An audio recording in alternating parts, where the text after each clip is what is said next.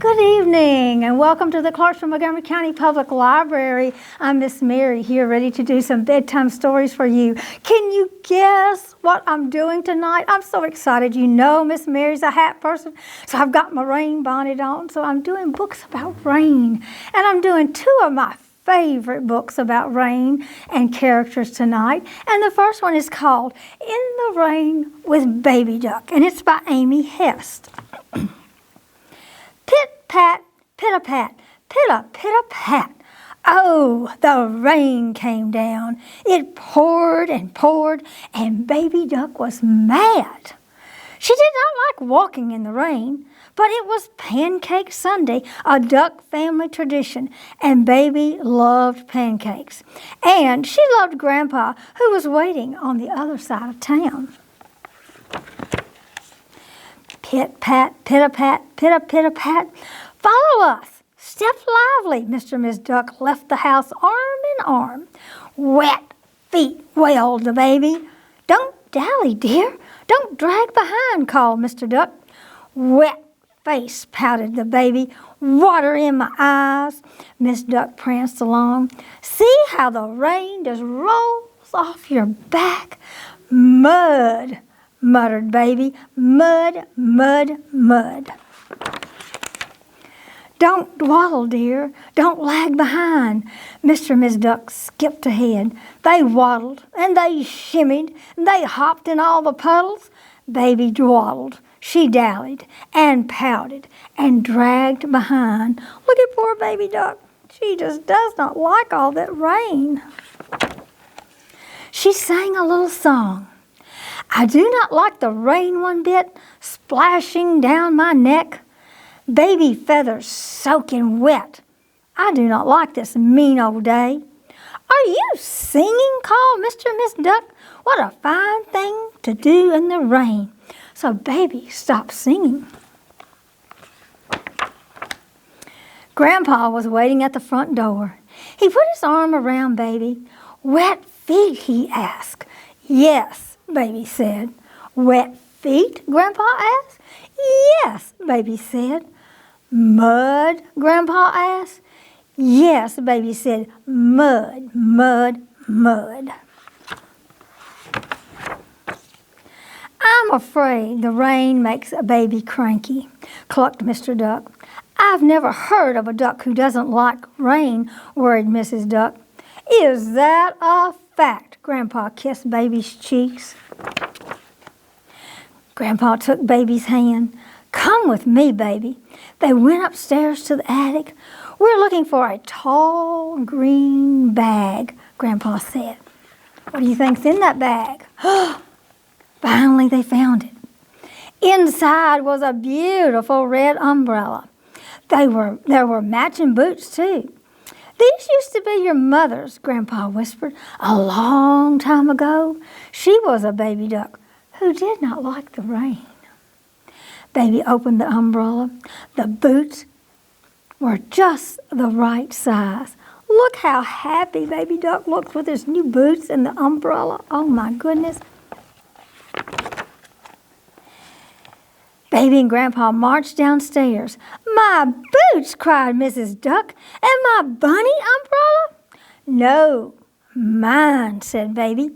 You look lovely, said Mrs. Duck. Mr. Duck put a platter of pancakes on the table, and after that, Baby and Grandpa went outside. Look at Baby Duck. She is really inspecting those boots. I think she's really proud of them. Pit-pat, pit-a-pat, pit-a-pit-a-pat. Oh, the rain came down, and it poured and poured, and Baby Duck and Grandpa walked arm in arm in the rain. They waddled, and they shimmied, and they hopped in all the puddles. Do you think she was happy to be out in that rain now? Look how happy she is.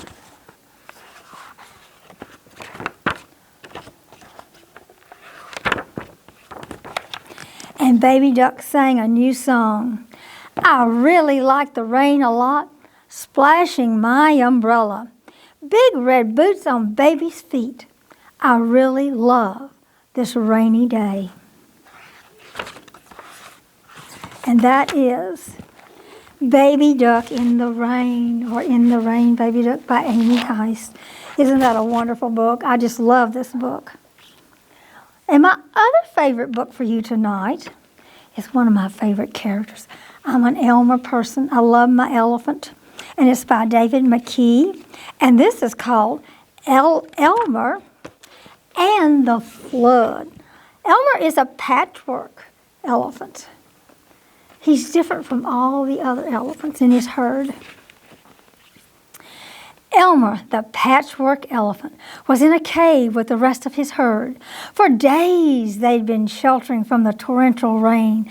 Elmer had heard enough bad jokes and complaints about the weather to last him a very long time.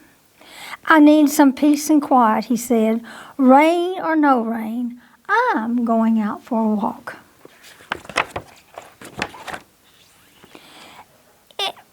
It was already raining less, and Elmer felt good to be outside. And he passed other caves full of animals. Come inside, Elmer, they shouted. It's raining. I do believe you're right, said Elmer with a smile, and he kept on walking. Elmer headed for the river, but suddenly, where there used to be grass and plants, there was water and crocodiles. Ooh, look at the big crocodiles.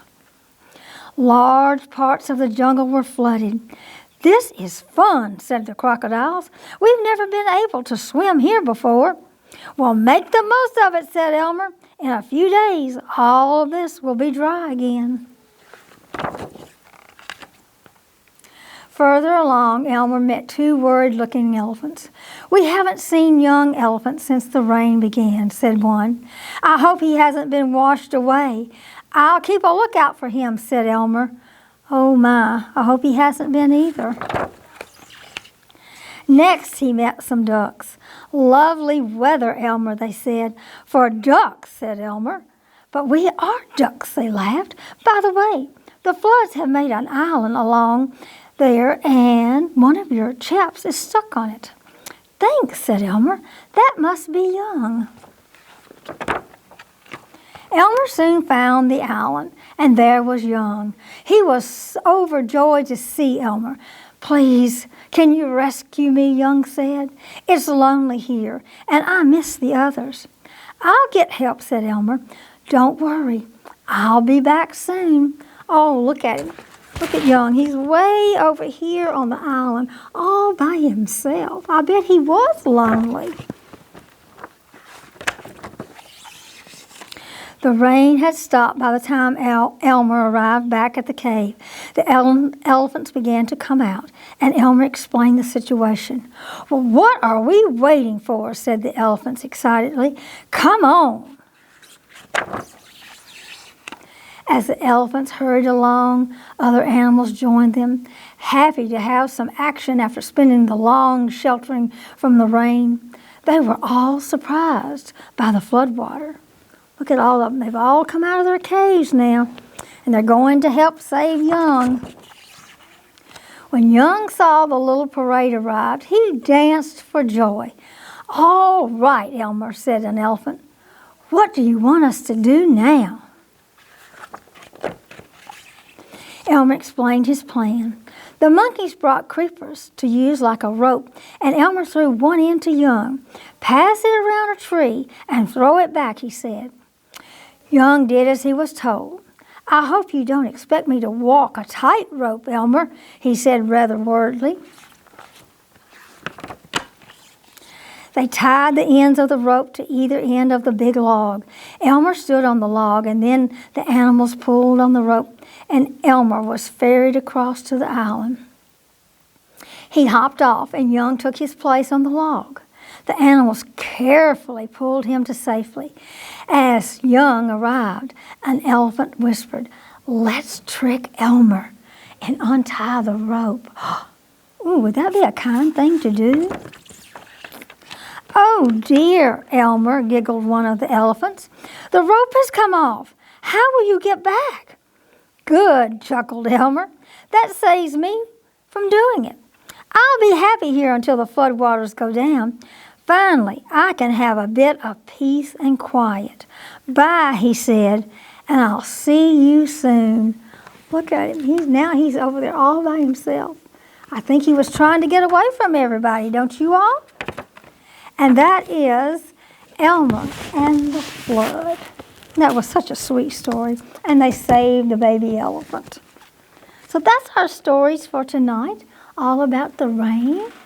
So now it's time to take that deep breath and raise your little arms up high and stretch them and let you out your little breath.